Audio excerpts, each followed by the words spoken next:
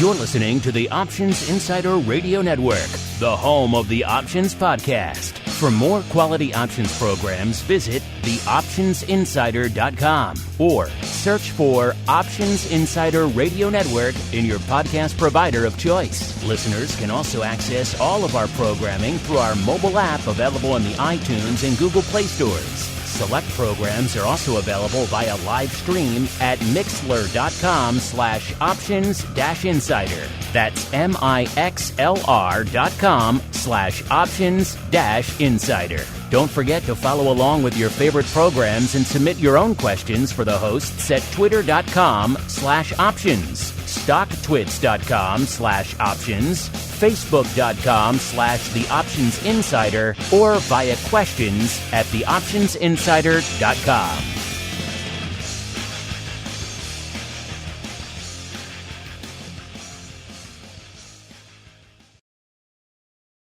Gold, crude oil, corn, soybeans, and more.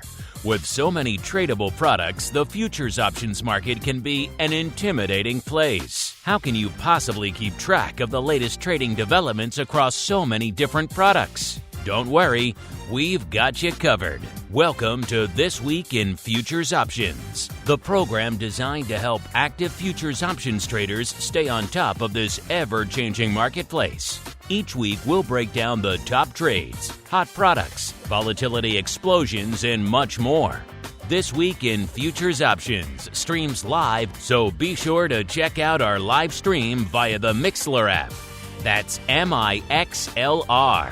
Or join our live chat room at mixlr.com/options-insider. Whether you're an experienced veteran or a newcomer looking to separate the wheat from the lean hogs, This Week in Futures Options has the information you can't find anywhere else.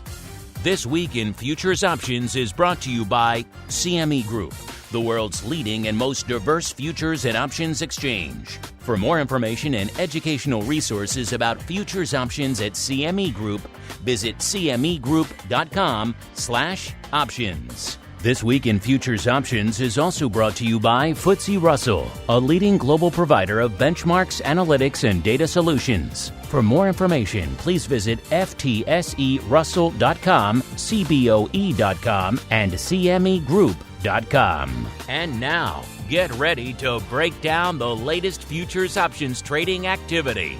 It's time for This Week in Futures Options. All right, everybody, that music means it is Thursday. It is 1:30 p.m. Central, 2:30 p.m. Eastern. You know what's going on in the world of futures options? Well, let's find out together. It is time for TWIFO, This Week in Futures Options. Remember, if you like what you hear, not just for this program, but for everything we do throughout the week here, multiple shows hitting you a day here on the network, you know what to do. Head on out to your platform of choice, wherever you're getting this, Apple Podcasts, Google Play, Spotify, YouTube, wherever you get it. Leave those comments, leave those reviews, so that other people can continue to discover the network in these troubled times. We've seen so many new listeners joining us over the course of 2020. So keep those reviews coming so they have a place to turn in these tumultuous markets. Keep those questions coming, too. We do love to hear from you guys. And let's see who we're hearing from on the old TWIFO program this week. First off, my regular compatriot holding down the FTSE Russell hot seat once again, Mr. Sean Smith, the Managing Director of Derivatives Licensing over there at FTSE Russell. Mr. Smith, welcome back to TWIFO, sir. Mark, it's great to be back. I'm really looking forward to today's show. So let's have some fun today.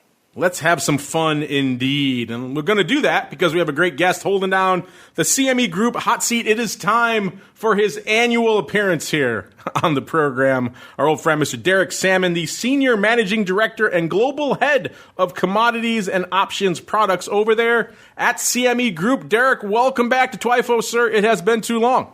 Hey, Mark. Great to hear from you. It has been too long. Sean, always good to hear your throaty tones on the call as well. This is normally where we do something live and in person, maybe down at an FIA or something else like that. But alas, Derek, those are not the times we live in right now, sir. No, man, you're in your basement. I'm in my basement. God knows where Sean is right now. But we're doing it Biden style. I'm in my basement. A bunch of fun basements going on here on the program. Let's kick it off the way we always do, listeners, with our movers and shakers. It's time to find out what's rallying on the light side and falling to the dark side at CME Group this week. It's time for the Movers and Shakers Report.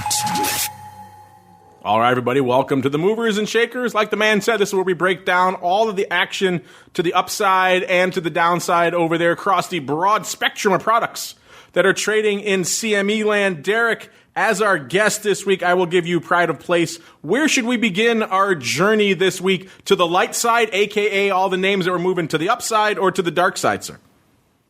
Well, I always go bad news first, so let's talk about the falling ones first and then finish on a high. That's an easy one this week because not a lot of falling. Sean, I don't know why you and Derek get along so well because two very polar opposite personalities are going on over there. I can't get you to pick dark side if your life depended on it every week. So let's go to the aforementioned dark side. Like I said, there's not a lot of red on the tape. It's another one of those weeks, listeners, where roughly looks like about 80% of the movers and shakers are in the green here. We have enough to do at bottom five, but that's really kind of about it. Let's go to the dark side now. Number 5, live cattle off about 2.25%. It was another number 5 in the other direction last week, up 6.2%. So an interesting week out there on the cattle side. In fact, a lot of livestock on our bottom 5. Number 4, feeder cattle off about 2.29%. Number 3, once again, back out to the livestock. Lean hogs off 5.13%. Numero dos here, nat gas off nearly 13%, 12.86%. And that's not bad enough. Number 1 with the bullet. Yet again, it's been a rough couple of weeks here in the dairy world. Class 3 milk off 13.87%. It was number 1 in the same direction last week, but even worse, off nearly 22%. So a rough couple of weeks out there on the dairies. I don't know if more of you have been paying attention to dairy of late, and it is much more of an active, much more of a growing option story than it was when we started this show. So interesting to see, and maybe all this movement driving some paper out there. Now let's go out to the upside. Like we said, it's an aggressive upside week. You could pick top 30 easily, how many things are moving. Let's start actually one beyond the top 5. That shows how active of a week it is. We have to go to number 6 to find our old friend, the Russell 2000, up 3.57%. It was number 9 in this direction last week. Then to the actual top 5. Number 5, oats, going out to the ags again, up 3.92%. Number 4, soybean oil, up 4.21%. Had an interesting discussion about ag options on the program last week. All you ag heads, check it out if you missed it over there. Number 3, lumber, up 5.19%. Number 2 here, back to the metals, platinum, 7, up almost 7.25%. Number 1 with the bullet this week. You guys are always writing in week after week. Where's Bitcoin? Where's Bitcoin? Well, it's easy to find this week, listeners. It is number 1 with a bullet, up 11.24%. It was number 4 in this direction last week, up 6.19%. If you've been paying attention, you know it was threatening 16,000, then 17, then 18. Things just been on the rampage. Pretty soon it'll be back to those 2017 highs if it keeps up this pace. So check out our crypto rundown if you haven't done so already, listeners, on Monday, and maybe we'll have a chance to get to some crypto a little bit later in the show today. But I'm very excited we have Derek joining us today because it means that's our time of year where we get to look back a little bit and see what's been going on. Derek gets to watch over the entire options umbrella over there at CME. So he has always some interesting facts, some interesting data to share with us. Derek, we know it's been I think to call it tumultuous year is a little bit underselling it. So it's been an interesting year. Break it down for us. What's been going on across the broad spectrum of options products over there at CME this year, sir? Yeah, you're right. Tumultuous is a great word for it. And in some cases, it's feast or famine in certain of these products as well. We had just an unbelievably fast kind of first quarter and a half of this year. We saw, certainly the energy markets just screaming both sides, moving prices down, coming prices back up. In the back half of this year, in particular in crude oil, we've seen the market kind of go a little quiet on us. It's been in about a $3, $4, $5 trading range for the last couple of months, kind of, plus or minus $5 on $40 oil right now. So after a screaming first 5 months of the year, oil's kind of come to a sort of limping into the balance of the year just as we get with tight trading ranges.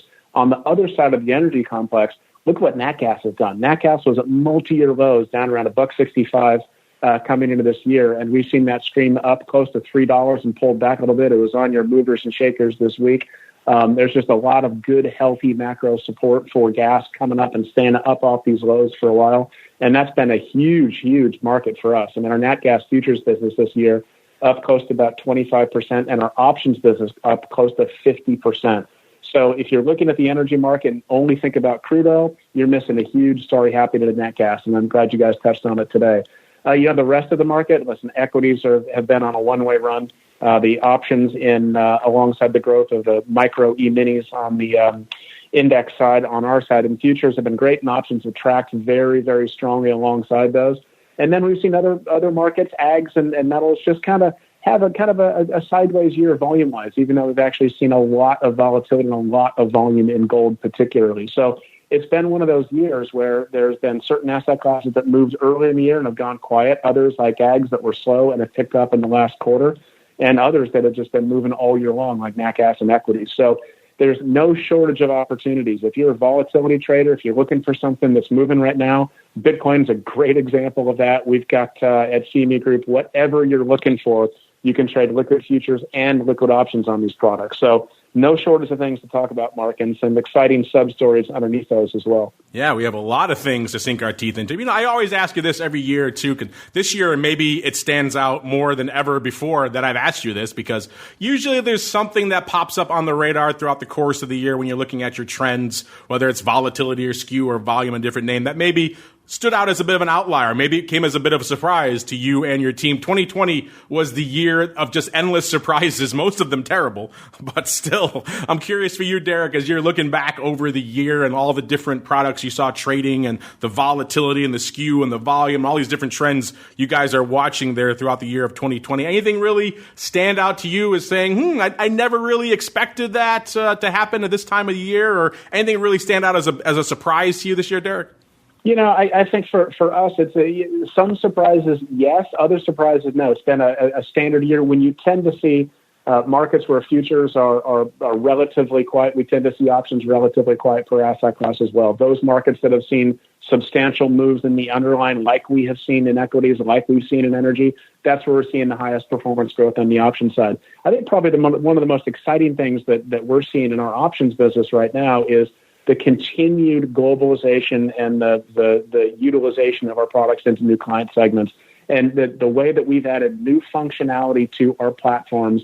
And we're particularly excited. I know we'll talk about the volatility indexes in a second, but we've done a lot of work on our functionality, our platform, and our capabilities, building out brand new functionality like things like directed request for quote, or DRFQ as we call it, which is a brand new functionality that marries kind of the best of bilateral transactions with a customer's ability to go seek as much input into that bilateral transaction as possible within the framework of a listed environment like CME Group. Building out CME Direct, all the work we've done with Bantix and Quick Strike functionality to build more tools to allow your listeners, our customers, to interpret exactly what the market is telling us. So it's been a surprising year to the extent that I don't think any one of us would have expected the kind of volatility we saw from say Feb to May, but very much an anticipated year in that continued growth, continued globalization, continued growth of our customer base across time zones is what we planned for. It's what we built for, and we're very, very excited to see the uptake of customers globally jumping on our platform, using the tools we've built, and providing us feedback on that next level set of tools they'd like to see us build to help them navigate through some pretty uncertain times. And 2020 qualifies, if nothing else, as uncertain times for sure. Yeah, I think it falls into that category and many other categories as well. Well, you've touched on it a few times, Derek. We can't bury the lead anymore. I'm very pleased to say, by the way, usually you guys sneak these announcements out after TWIFO, and we get a delay. This week, you put it out before the show. We're very pleased to see that, Derek, so we have time to sink our teeth into. Of course, I'm talking about CME deciding that Vol-Q, perhaps not enough of a foray into the volatility realm. You're going back in and going back with gusto, announcing a suite of new implied volatility indices this week over there. You're calling them CVOL, and you're going to include a variety of different things. Looks like we have 6 different products in the suite out there, including the 10-year Treasury note and G5 FX currency pair futures. So starting in FX and treasuries, and then from there, who knows? Sky's the limit. So Derek, walk us through. I know you guys have already made some forays into the volatility space earlier this year. We just had Tim and the folks from NASDAQ on a week or so ago to talk about your VOL-Q partnership, and now you're going even above and beyond. Well, what was it that got CME to decide, 2020 is going to be the year of volatility, and we're going to dive in with not just one product, but a whole suite of them?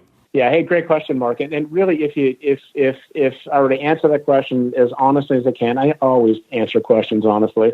It's that next leg of growth and that next innovation step that the market, frankly, should be expecting us to take. We spent the last 5 to 7 years building the world's deepest, most liquid multi-asset class options exchange on the planet. If customers want to trade options on anything from crude oil to gold to beans to 10-year treasuries to FX currency pairs and anything in between, we are the place to do that. We've got the source liquidity, we've got the global liquidity, we've got the platform, we've got the market data and the distribution.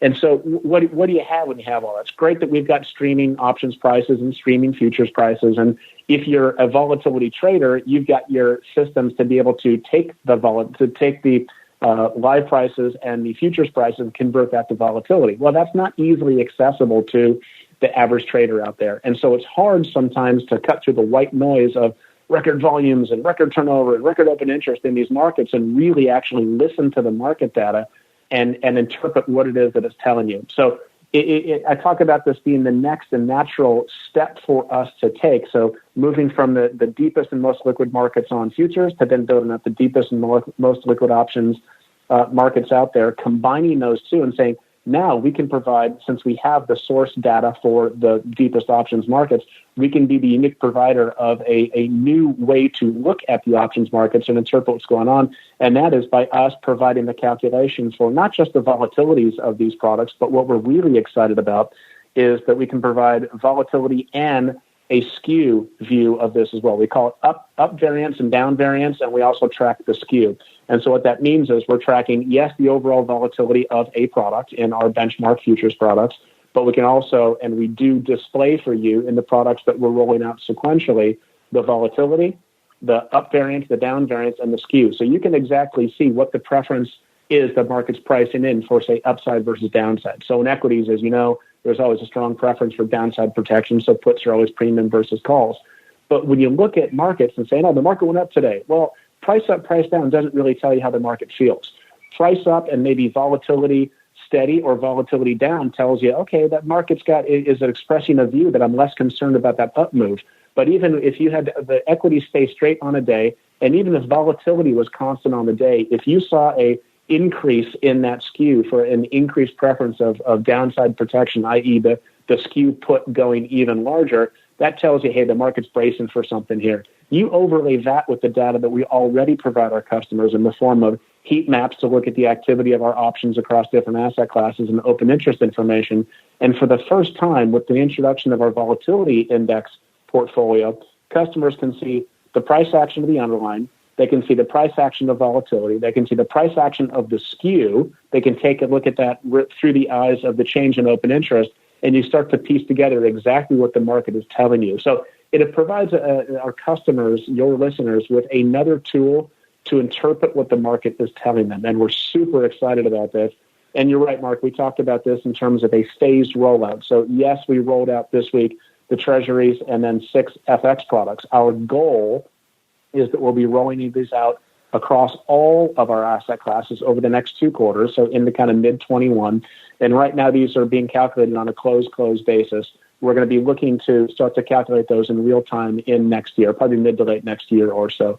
So for us, Mark, it's the next natural step in the evolution of our options franchise, providing information that's not available to customers now in the way that we've delivered it, not just the volatility, but the skew information as well, to equip our customers to understand what's going on, what the market's telling them, and how the market's positioned in terms of, comfort level of moves or great areas of discomfort. So we're really excited about this being the only place you can go for this information across every major asset class. So it takes an equities volatility conversation and it extends it to all asset classes. So that's what we're excited about. I'm glad you broke down the calculation there, because that's obviously a very fascinating and, for a lot of people, a somewhat controversial approach. There's a lot of different approaches going on in the volatility space right now, and they all have their proponents and they all have their naysayers. We have, of course, when it comes to traditional equity volatility, we have, of course, VIX, which incorporates the skew, and that's proven to be controversial for some. We just had, of course, the NASDAQ folks on this show last week. They said we're doing away with all of that. We're going straight, just the facts, just at the money straddle to make it a little bit easier, a little bit more simple for people coming to the volatility space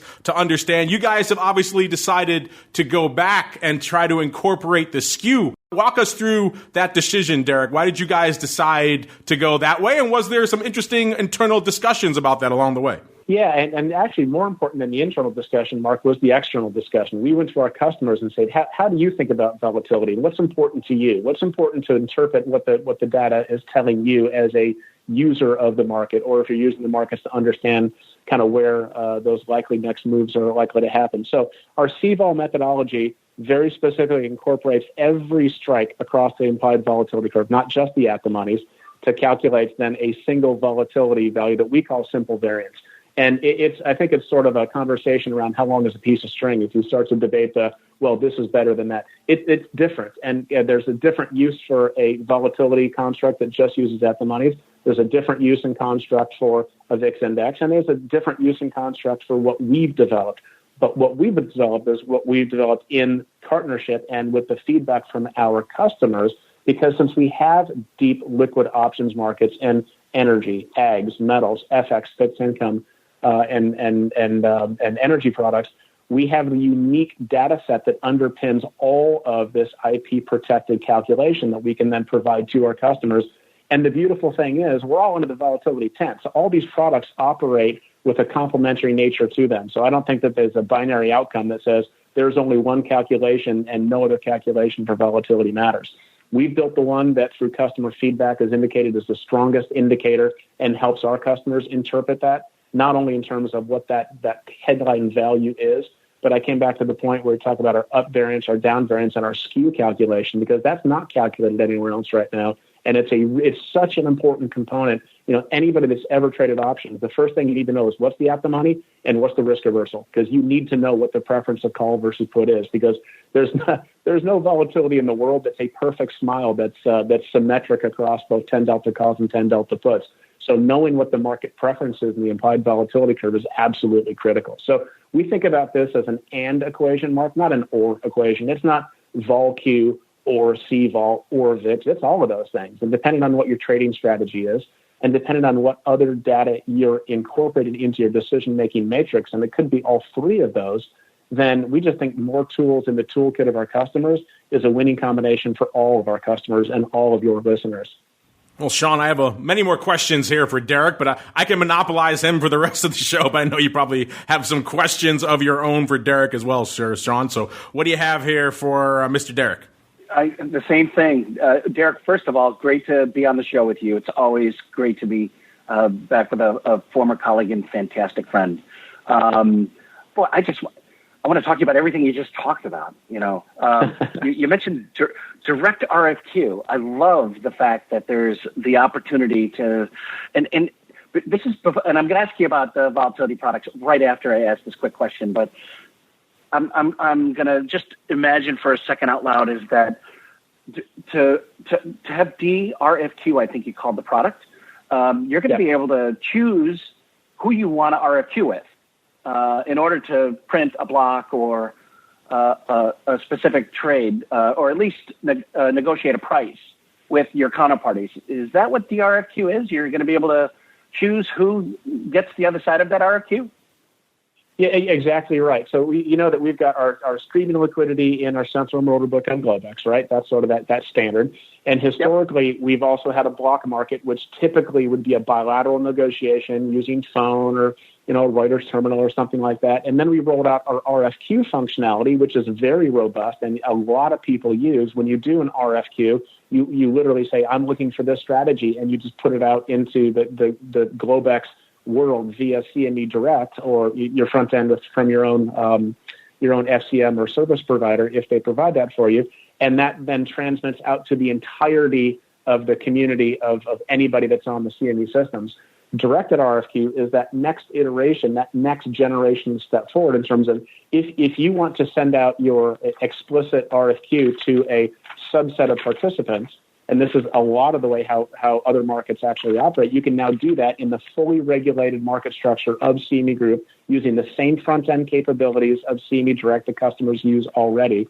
And we've actually found that customers were super excited about this because they know that there's a community of 5, 10, 30, 50 people that they can source liquidity from, and they can send that out seamlessly through the system. So for us, it's that next generational evolution of the RFQ technology, now directed RFQ, to make it more explicit. And we're finding that customers that are using it are excited about the likelihood for that being able to get better prices and better fills, and it's all integrated into our front end. So we're really excited about what that is, and it's taking some of the best known practices in kind of OTC or swaps market, but bringing it to the world where you've got the fully regulated infrastructure and connectivity to the rest of the listed derivatives in a CFTC regulated environment, all subject to the same rules and compliance regulation that banks and swap providers are already subject to. So it's a really, really neat way to take functionality, enhance that, and then bring new capabilities to our markets. That's fantastic. And I have to just, I'm selfishly, I'm FTSE Russell, as you very well know. The Russell suite of products at CME Group have just had phenomenal growth this year, up just triple, quadruple digits in terms of percentages of volume. Not to mention open interest is just about 600,000, which is just a true statement of confidence in the market and the products being used as investments. So it's really exciting to see. But back to this DRFQ, the BTIC and block volume in Russell has exploded. I think it's up almost 70% over last year. So it's true. And I think this DRFQ is the functionality that's enabling counterparties to pick the people that they're comfortable trading with. But then they put the position on. They've got the opportunity to get out of it any way they want because it's a futures market. They can trade back out of it with whoever they want. And they can go into the market and just trade on the electronic system in Globex and increase their position or decrease their position. So it's a fantastic product. So congratulations. I'm really excited to see, and I'm very excited to see the growth in the Russell suite of products as well. Implied volatility indexes, incredible. I know you've been dreaming about this for a long time, Derek. I was just curious, timing, has this already launched, or is there going to be a launch, or have these products already launched? And what's the best way to take a look at these today?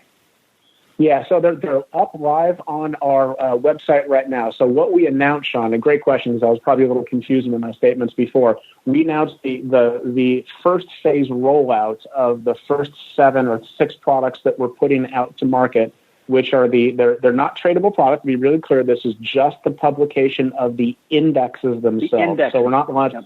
It's not a futures product based on these indexes, because when you put a product out, it needs to be based on an index. Then the index needs to be one that's understood by the market and has been interacted with by the market. So for us, this is rolling out the indexes. So it's just the calculation of the indices. They're up on our website. If you go to CMEgroup.com, just search by CVOL, CVOL, and that's just short for the CME Volatility Index.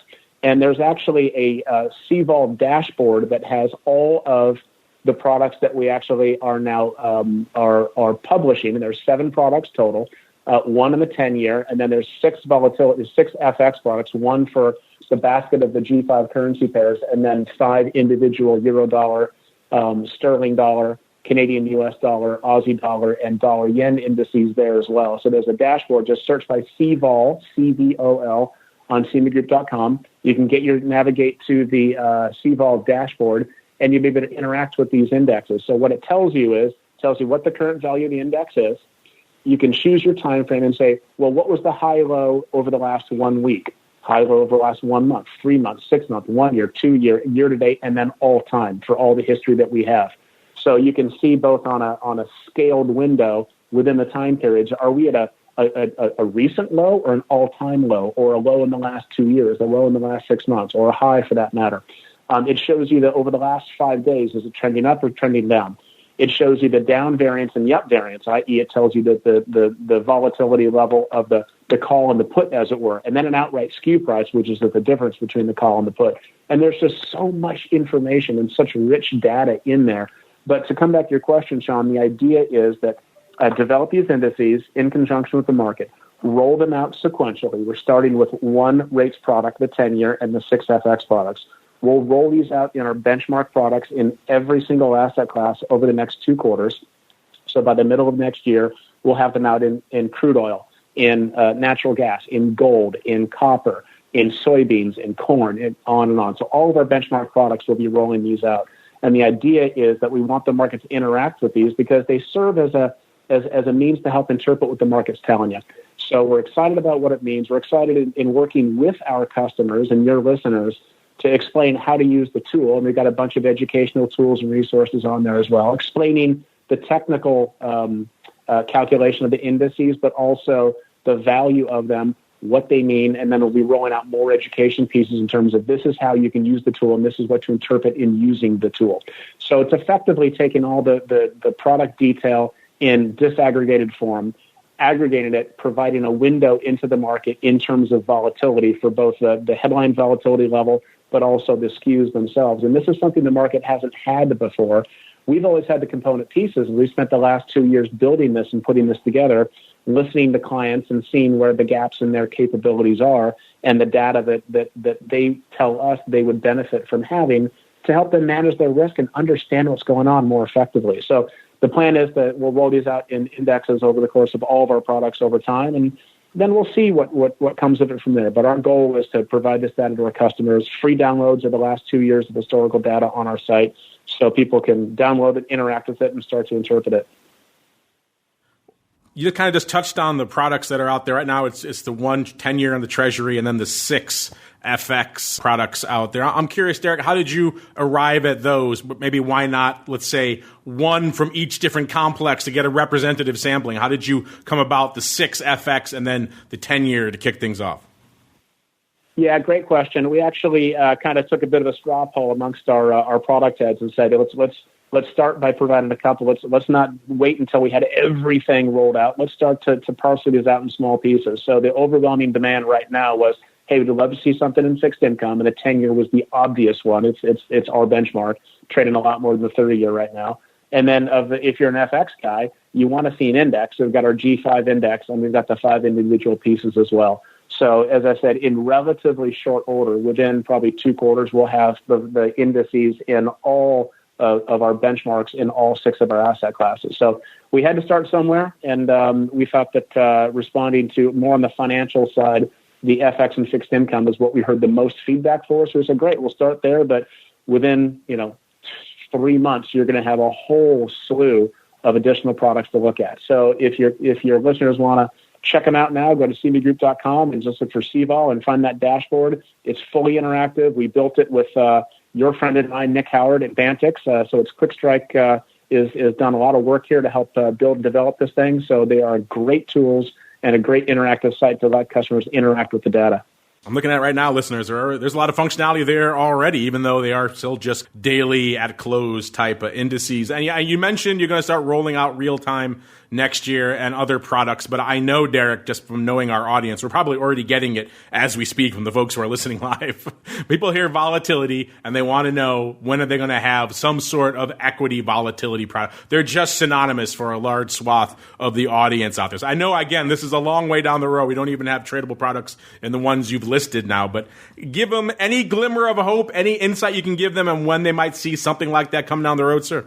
Yeah, as I said, we'll be rolling the indexes out, just the non-tradable indexes out, and we'll have all the asset classes covered by the no later than the end of Q2 next year. So we'll give us about six months to roll everything out, but it will be a consistent parceling out of products over the course. We're not going to wait 3 months and then drop a bunch more and then wait 3 months. We'll just be iteratively dropping these things in. So you'll see this dashboard that currently is 7 indexes. That's going to grow pretty rapidly and pretty consistently over the next 6 months. And obviously, we're still a long way away from tradable products. We're trying to get real-time disseminated out there next year. If you had to give our audience a guess, because I know we're going to get this this question next as well. If you had to guess, do you think we'll see some sort of tradable CVOL by the end of the year, Derek? Next year, of course. By the end of 21, we'll see. We're crawling before we walk, before we run with scissors. So we're going to try to be smart and make sure that we're locking these things down. Listen, this intraday and real time calculation of these things is no small feat. There is a boatload of data that goes into this calculation. So we want to make sure to get it right. And listen, we run derivatives markets. You guys know this. You know more about derivatives markets than I do. Unless the underlying is rock solid, your derivative on a less than rock solid underlying is likely not going to face a great deal of success. So our goal is to make sure that the foundation upon which we're building these suite of indices is rock solid, which is why we're starting with just close volatility initially, roll these out, and then parcel them out into real time. And then we'll see where that takes us from there. What we're really excited about, Mark, and kind of Sean, you touched on this as well, the client interaction piece and the engagement we're getting and the questions we're getting and the demand that we can source from customers now that we're out there saying, here's our plan. Now we're getting the customers to help us drive the roadmap of, well, how much client demand might there be for adding this functionality or that functionality? So we're going to let the clients help drive that agenda for us. Right now, we're focused on getting the foundational building blocks of close volatility across all asset classes and roll those out, and then go real time, and then see where that leaves us and see where the customer feedback is at that point. In the meantime, we welcome everybody to jump right into the super deep liquidity pool that is options on every major asset class at CME Group, because that's really what differentiates us from other folks out there. The depth of our liquidity, our global volatility profile and client participation that is becoming a calling card for what we developed on the option side at CME Group. Since we're talking about the depth of that options liquidity, and we're also talking about volatility right now, we might as well hang our hats in the equities complex really quickly. It's time to explore the volatility swings, skew changes, and hot options trades in your favorite indices. It's time to talk equities.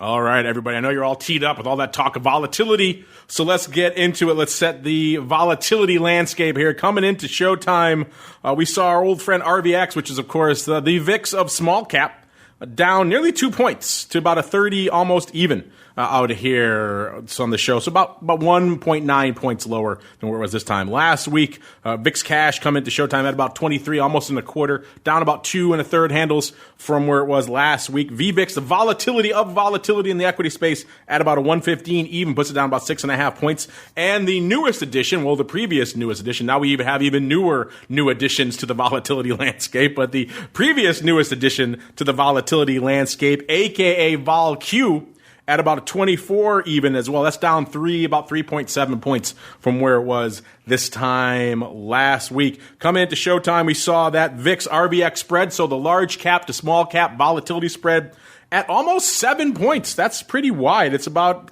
half a point wider than where it was this time last week. And the VIX to Vol Q actually is pretty close, within a point. And again, those are not exactly apples to apples. It's more like, as I said on the show before, kind of like apples to tangerines, given the different methodologies in place there. But still, interesting. That's our kind of run of the equity volatility landscape. Sean, before I break down what's going on really quickly out there in equity land from an options perspective, anything lighting up your tape this week in small cap land, sir? But yes, there's quite a bit going on at FTSE Russell. I'm going to tease the audience with just a blur. We're about to launch a blog in regards to we examined the volatility coming just prior to the election and post-election. I think we've been talking about doing some analysis of that. So we're going to be possibly posting that as soon as tomorrow. So hopefully I'll be able to send this over to you and Gene so that you can blast it out to your clients. But it's quite a fantastic read. We also on Thomson Television, Thomson Reuters TV, our Philip Lawler did a fantastic job being interviewed during a newscast a couple of days ago. I can't give that to you yet. Trying to get that, but you can go to Reuters Television and check out Philip Lawler.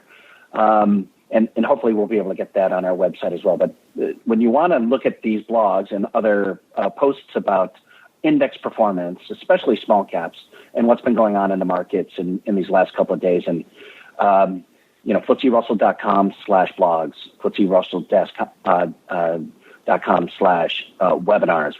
We've had some fantastic webinars in the last couple of weeks in regards to market movements, the index performances, pandemic performance. It's all there. FTSERussell.com/webinars. But that's what's going on. That's what has been going on. There you go, listeners. Check it out, FTSERussell.com/webinars. You know where to go for our TWIFO report, CMEgroup.com/TWIFO. So once you're done searching for all that CVOL stuff, type in TWIFO or TWIO, TWIO, and you can get to our reports. Pull it on down to the equities if you want to follow along with where we are right now. First stop here today is going to be out there in the small caps. They've been lighting it up. Listen to our Advisors Options show. We just did not too long ago talking about how the skews in small caps are just exploding at levels pretty much that people have been tracing the data have never seen before out there. So fascinating stuff afoot, I should say, out there in small cap land. Coming into showtime, Russell 2000 had about a 1770. So well north of that 1600 level we were talking about not too long ago. Can it sustain it? Can it maintain beyond it? Well, spoiler alert, the answer is yes. The most action out here this week coming on CME in the DEES contract. It's about 31, almost 32% of the paper out there. If you're wondering out there, the DEES vol is at about a 27.5, so about 2.5 points below where we're seeing the RVX. So again, that shows maybe vol a little bit backward out there in the Russell 2000, which is probably not exactly surprising if you know anything about equity volatility. Coming into showtime here, the skew, the puts were about 13% rich last week.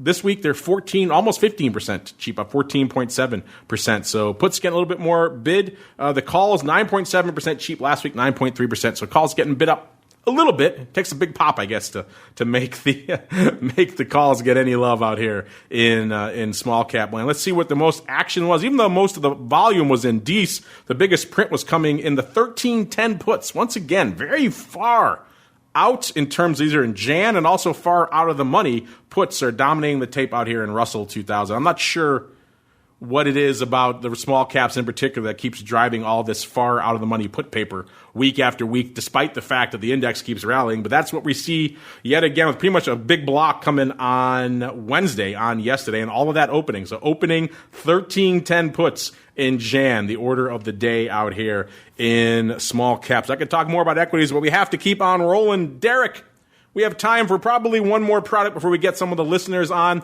You know, in your day-to-day over there at CME, you get to watch over the entire option spectrum over there at CME. So if you had to hang your hat right now on one more product, where should we go next, Derek? One more product. Well, can I say CVOL again? Because I'm super excited about that. Yes, you can say CVOL. That's been the trumping everything else. I mean, listen, we're constantly putting new product out there, and in fact, we announced the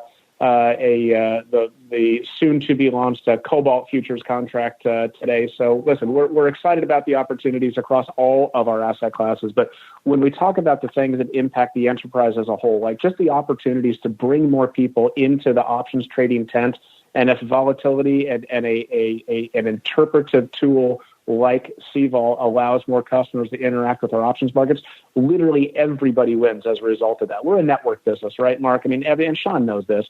You bring one more client into the mix, it's not because another client had to leave. That's net additive volume and participation for everybody. That's good for open interest. That's good for volume. That's good for price discovery. That's good across the board. So I'm excited about the stuff that we're doing, like directed RFQ, like the CVOL indices, because they expand across the entire franchise and it brings more customers into the network. And that's where everybody wins. So those are the kinds of things that get me really excited. I mean, the rest of the individual product launches are neat and innovative, and I think are individually additive to an asset class. But it's these big enterprise stories that are new functionality, new capabilities, new ways to understand and interpret what the market's telling you that get me pretty jazzed up about the stuff that we're doing. I get it, Derek. They're all like your children, the different products of it. I know it's hard to choose amongst your children, so I will choose for you. Let's go on out. Let's look at our top 10 to the or top 5, I should say, to the upside and to the dark side. You know, natural gas has been dominating the tape from a vol and from a net movement perspective for a while now. It's been a little while since we've had a chance to bring it back up here on the show. It is number 2 to the dark side this week, off nearly 13%, outpaced only by Class 3 milk. We won't get to Class 3 milk today, listeners, because there's only about 6,000 contracts on the tape. But still, Class 3 milk moving and shaking a lot out there these days as well. But nat gas is doing a wee bit more paper. Closing in on 500,000 contracts here coming into showtime. So a lot of action out here in nat gas. Let's break it all down really quickly. By the way, you guys can always find this CMEgroup.com/TWIFO. Then go into the energy, go to nat gas, and you're off to the races. If you did that, you would see that it was actually the DEES contract, which has about 5 days to go, doing about 30% of the paper. But you know how I feel about breaking down the vol and the skew in a product that has 5 days to go, listeners. It's kind of a bit of a fool's errand. Let's go out a little bit further. One more month. Let's go out to Jan, and it still has a lot of paper, about 26% of the paper this week. So still a pretty active contract, and we'll hang our hat out there this week. By the way, coming into showtime, we're seeing that front D's contracts at about 2.57. You go a little bit farther out to Jan, that future's at about a 2.7, but still a lot of red on the screen here this week in all things nat gas. In terms of the Jan contract, what is the vol out there? It's pretty hefty. It's a 58.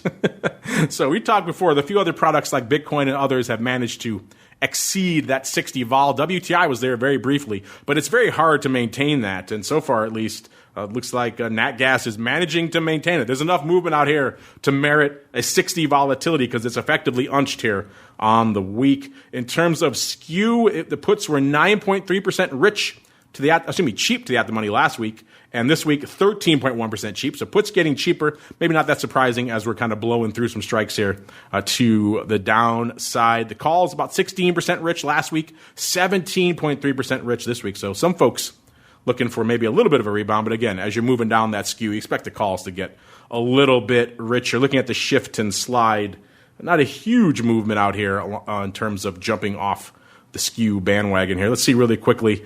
Let's see, what was the number one contract out here? I said we're at about a 2.57 in that front future, 270 beyond that. It was the 2.5 puts going out in December with about 5 days to go. Leading the tape this week, 26,000 of those on the tape here for number one, followed by, let's see, looks like the 3.5 calls in Jan were also pretty active. Those had about, looks like 18, almost 19,000 going up this week. So that's a pretty hefty strangle. 2.5 puts on the downside, 3.5 calls on the upside. Either way, a lot of wing action going on here in nat gas as this product continues to fly around all over the place. You guys continue to send your questions flying at us. Let's see how many we can squeeze on as we head on into your futures options feedback.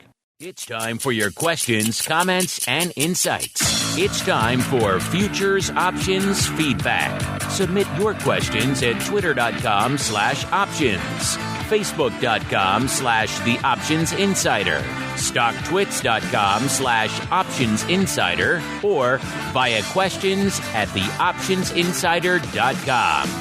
You can also submit your feedback via our Options Insider Radio Network mobile app, available for iOS, Android, and Kindle Fire devices. You can even ask your questions live every Friday at 3 p.m. Central via our Mixlr chat room.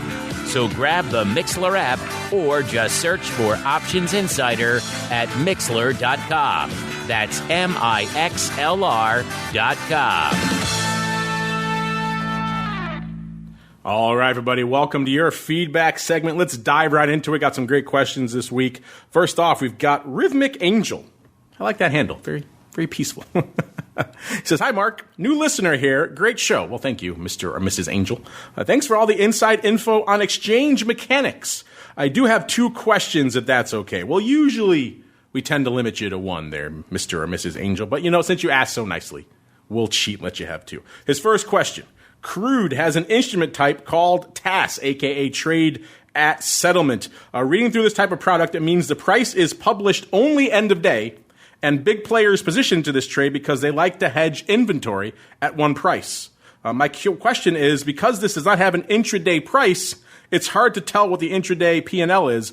As you can see on the attached, he puts a list to some people trading this around some of the tumult earlier the year in crude oil. He wants to know, can you provide some insight into how this product can be proxied for a price intraday? That's the first question. And then the second one is equity indexes. He says, if I buy the index itself, the components under it, which are shares, do they reprice because otherwise there is an ARB opportunity to go take the opposite side on the share itself? Thanks. Well, maybe we'll start with the second one first because, yeah, you're a little bit of confusion there between, the cash indexes that are being disseminated on things like the S&P, for example, and then, of course, the futures, which are the actual trading vehicles. And yes, you are correct in assuming that they will effectively reprice because, as you see, there will be ARB opportunities there, and these large firms out there making markets are not going to allow them. You're not going to see the S&P futures 30 handles away from the cash and nothing changing in the intervening thing. People are going to start ARBing the components of the index and get it right back up to make it in line. So yeah, you will see the ARB opportunities. And you might see some little discrepancies here and there throughout the day because, one's tradable and one's really not. But at the end of the day, yes, there will be ARB opportunities. So don't worry yourself about those. Probably not going to be something you're going to have an opportunity to take advantage of as well. They're probably not going to last too long, and it'll be some large liquidity providers and large firms out there that will have the position to take advantage of that. But the first question is kind of interesting. We haven't really talked about these too much before. Derek, I know you oversee a lot of the options products over there at CME. He's asking specifically about crude, but these types of orders exist in other products as well. Since you're our registered exchange representative here on the show today, sir, I'll give you pride of place before I and Sean weigh in here. What are your thoughts on the notion of these TAS, these trade at settlement products? What kind of use cases you see people using them for out there? Is he correct in his supposition that it's the big players who want to pretty much hedge just with one price at the end of the day? And then what do you see when you're talking to some of these firms about how they manage the intraday risks? Or anything you have to add there, feel free. Yeah, good question. I think TAS, you're absolutely right, Mark. TAS has been around. We have TAS in almost every market that we have on our exchange. It exists on other exchanges as well. Been around for a very long time. It is a trade type. And what it does is it allows customers that are looking to just get exposure to the final settlement price. It allows them to just execute either a buy or a sell TAS, and you can actually determine plus or minus a fixed number of ticks based on the product from that settlement price, and that gets matched at the end of the day. So what effectively, think about it this way, and it's actually not just for big customers. Largely what TAS is used is guys that actually have an underlying exposure, and for the real hedgers out there, big, medium, small, or whoever, they just want access to that settlement price as cleanly as possible. Otherwise, say, for example, someone's got a guy that owns crude. If he's just trying to do average settlement prices over the course of a month, then he's not going to be trading intraday. He's going to be indexed against the average of daily settlement prices. So it allows customers to match that settlement price without having to actively trade around it, which can create a whole bunch of slippage. So TAS as a product type is hugely popular, has been in many markets for over 20 years, and widely used by mostly end users, those customers that have open interest, have an exposure, and they're looking to hedge that exposure. So there's really no such thing as a P&L on TAS, because by definition, if you sell TAS, that just means you're going to be selling at the closing price that day. So technically, the P&L of a TAS sale or a TAS buy is zero because the TAS executes at the settlement price. So the point of a TAS order is to allow customers to match that settlement price and not have to actively buy and sell in those last 2 minutes of a contract to try to match the settlement price exactly. So it's not there is no intraday P&L of a TAS transaction. You would either buy or sell TAS. You would get the settlement on that day without having to be in and sort of actively traded on the day. So hopefully that clarifies what TAS is. And it's just a transaction type that's used by generally customers that have an underlying exposure. So we don't see speculators use them. We tend to see commercials and participants and user long-only guys in the equities markets or otherwise. So TAS exists in a lot of markets, not all markets, but hopefully that explains what that trade type is and why people use it. Sean, anything to add, A, here on TAS, or then B, on his second part, his equity index question, sir? Have at it. Yeah, I don't. Derek's, he's the exchange rock star here, and I'm listening to him, and he taught me some things I didn't even know. So I actually don't have anything to add. Just great answer there, Derek. Well, then we'll squeeze in one more question here really quickly. People obviously like Bitcoin. They like learning about what's going on. CME, Bitcoin. Leon Thompson falls into that category. Leon says, can you give us a rundown of the activity on CME crypto options with the current explosion in Bitcoin value? Thank you very much. You're right. Bitcoin is off to the races at about 18,000 on that front contract right now over there at CME, 18,130 beyond it. So we were just talking about 9 to 10,000 out there not too long ago, and then 12,000. Now here we already are at 18,000. We're not that far away from the all-time highs out there, listeners. By the way, CME tweeting out right before the show here today. On the futures side, average daily open interest in the Bitcoin futures up 17% from October to about 11,600 contracts. The large open interest holders at a record 402. Let's see what we're seeing on the options front. You guys know where to go, cmegroup.com/TWIFO. And then you go to that. There's a whole segment just for this called cryptocurrency. Pull that up there, listeners, and you could follow along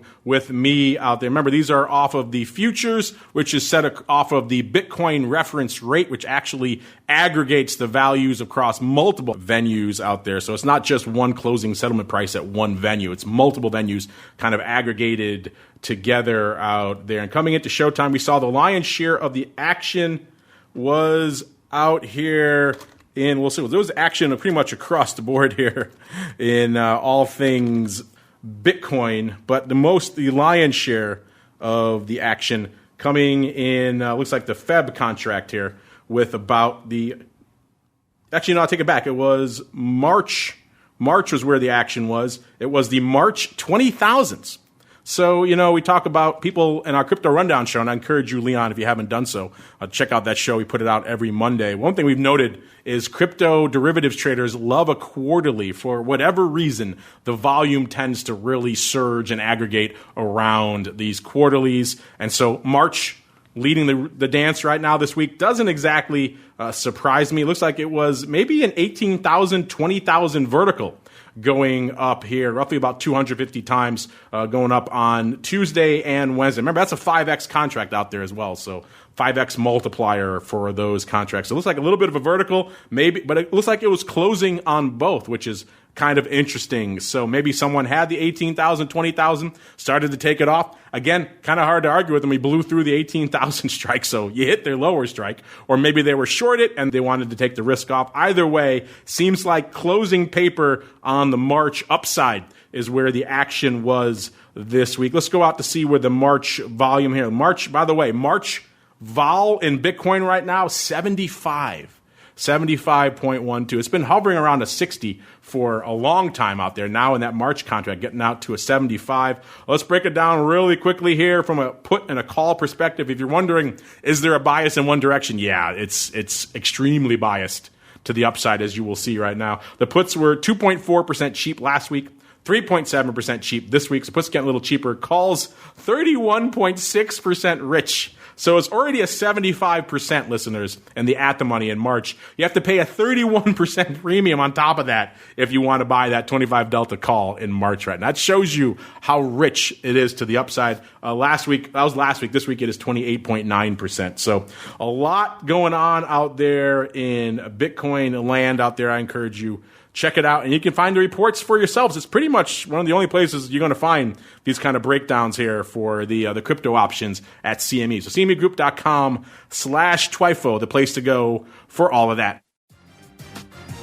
And unfortunately, that music means we've got to go here. That's the end of our sojourn through the world of all things futures options. Man, it's amazing how fast an hour flies by when you're talking new volatility products, you're talking equities, you're talking crypto, TAS, all the other. You guys keep those questions coming. You guys really keep us on your toes, and we love it. But before we go, let's go back around the horn. Derek, as our guest, we talked quite a bit about all things CVOL. Give our listeners one more time, sir. Is it the other times weren't enough? We need one more.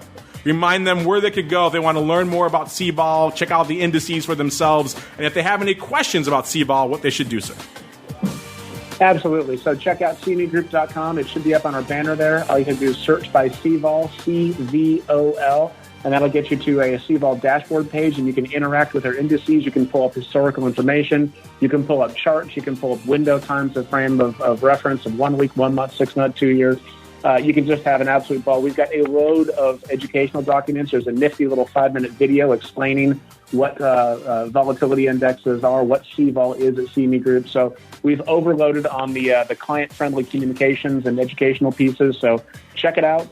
There's just really, really good stuff there, and we'll be augmenting that over the coming weeks and months as well. So keep coming back, and you'll see fresh content there as we add new indices as well.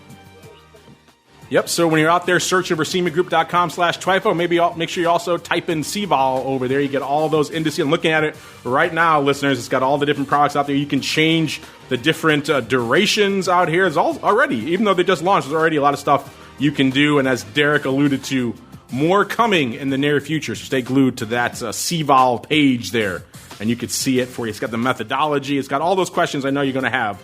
A lot of them are answered right there. And Sean, you kind of alluded to it at the top of the show. You guys have a lot of content coming in your neck of the woods pretty soon, too. If folks want to check it all out, where should they go? What should they do? Well, but before I do that, I just want to say, Derek, it was great to have you on the show. Great to catch up with you. You and I need to catch up on the other side of this COVID thing, and I am looking forward to that day of seeing you again. And congratulations on the new volatility indexes. I'm very excited to see them rolling out, and the best of luck. And I can't say enough about our partnership with CME Group here at FTSE Russell. We are as focused on our clients as much as CME is. We have our clients. We have clients in common with CME, and we collaborate with the CME sales force in improving our products and improving in helping CME improve their products, all based on client feedback and how important that is that we provide the products and solutions to our clients. And most importantly, in partnership with CME Group, it has been just a successful and continues to be a successful partnership. So I'm just very excited about all of that. To answer your question, Mark, FTSERussell.com/blogs, FTSERussell.com/webinars. An incredible amount of information in regards to our index performances, various webinars in regards to our existing economy, COVID information in terms of index performance. The blogs have been fantastic and have been in partnership with our exchanges, CVOL Global and with CME Group. So there's just a fantastic amount of information. And be on the lookout. I'm going to send you tomorrow a new blog that's coming out on some analysis on the election. So lots in-house for you right now and lots coming. So thanks again for having me on the show today. There you go. Lots coming on both necks of the woods over there at CME and indeed at FTSE Russell. Check them out. FTSERussell.com is the place to go for all that content and all the stuff Sean just mentioned coming down the pike in the near future. Give him a follow over there on the old social medias while you're at it, at FTSE Russell on the old Twitter machine. And on behalf of Sean and everybody over there in FTSE Russell land, and of course Derek and everybody over there in CME land, and indeed myself, I want to thank all of you out there for downloading, streaming, subscribing, for sending in so many great questions, for listening live, for everything else that you do. Keep it coming.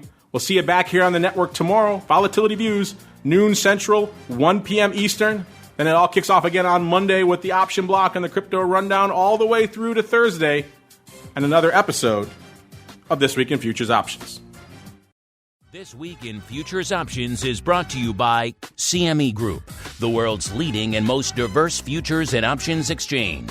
CME Group's markets help individuals and businesses around the world manage risks and seize opportunities. CME Group offers the deepest and most liquid options on futures across all asset classes, including interest rates, equity indexes, foreign exchange, energy, agriculture, and metals. For more information and educational resources about futures options at CME Group, visit cmegroup.com/options. This Week in Futures Options is also brought to you by FTSE Russell, a leading global provider of benchmarks, analytics, and data solutions. Investors in the U.S. and around the world are using FTSE Russell indexes to benchmark their investment performance and create investment funds, ETFs, structured products, and index-based derivatives. Many Options Insider Radio Network listeners will be familiar with the Russell 2000 Index. Russell 2000 futures and options are currently trading on the Chicago Board Options Exchange and CME Group. For more information, please visit ftserussell.com, cboe.com, and cmegroup.com. This broadcast is intended for informational and educational purposes only and does not constitute trading advice or the solicitation of purchases or sale of any futures or options.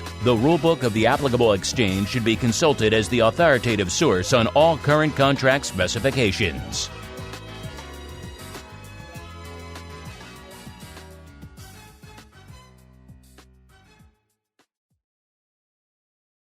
You're listening to the Options Insider Radio Network, the home of the Options Podcast. For more quality options programs, visit theoptionsinsider.com or search for Options Insider Radio Network in your podcast provider of choice. Listeners can also access all of our programming through our mobile app available in the iTunes and Google Play stores. Select programs are also available via live stream at mixlr.com/options-insider. That's mixlr.com/options-insider. Don't forget to follow along with your favorite programs and submit your own questions for the hosts at twitter.com/options, stocktwits.com/options, facebook.com/theoptionsinsider, or via questions at theoptionsinsider.com.